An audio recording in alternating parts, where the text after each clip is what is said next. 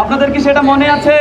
বদ্দা বহুত দিন হাইও আর নহাইও, বদ্দা বহুত দিন হাইও আর নহাইও।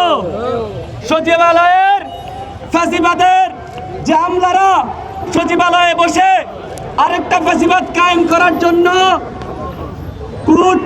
কূটনীতিক মতাদর্শ চালিয়ে যাচ্ছেন, হাসিনার আরেক ফ্যাসিজম কায়েম করার জন্য, হাসিনার মতাদর্শ চালিয়ে যাওয়ার জন্য সংগ্রাম চালিয়ে যাচ্ছেন, তাদেরকে বলতে চাই বদ্দা বহুত দিন হাইও আর নহাইও, বদ্দা বহুত দিন হাইও আর নহাইও।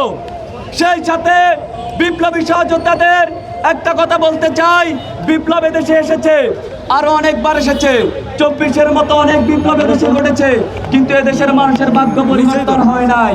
কারণ আমরা শুধু ব্যক্তি এবং ব্যক্তি ফ্যাসিস্টের পতনের জন্য আন্দোলন করেছি, কখনো আমরা সিস্টেমের পতনের জন্য আন্দোলন করি নাই।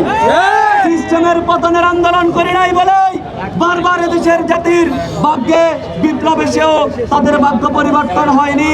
তারা যেভাবে ছিল, যে জায়গায় ছিল, ওই জায়গায় পড়েছিল।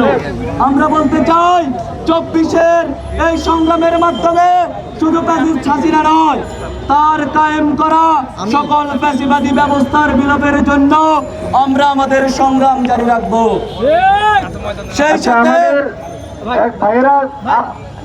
আমরা একটা ব্রিফ করবো, আমরা ব্রিফ করবো নির্দিষ্ট একটা গোষ্ঠীকে কথা বলে সাংবাদিকরা ব্রিফ করতে হবে, আপনারা শেষ করলে সেই সাথে নির্দিষ্ট একটা গোষ্ঠীকে উদ্দেশ্য করে বলতে চাই, যারা মনে করে পান থেকে চুন কষলেই নির্বাচনী একমাত্র সমাধান, তাদের বলতে চাই 2000-এর অধিক শহীদ কেবল একটা নির্বাচনের জন্য জীবন দেয়নি, নির্বাচন দিয়েছে এক সুন্দর আগামীর প্রত্যাশায়, ফ্যাসিবাদ মুক্ত সংস্কারমূলক এক বাংলাদেশের প্রত্যাশায়।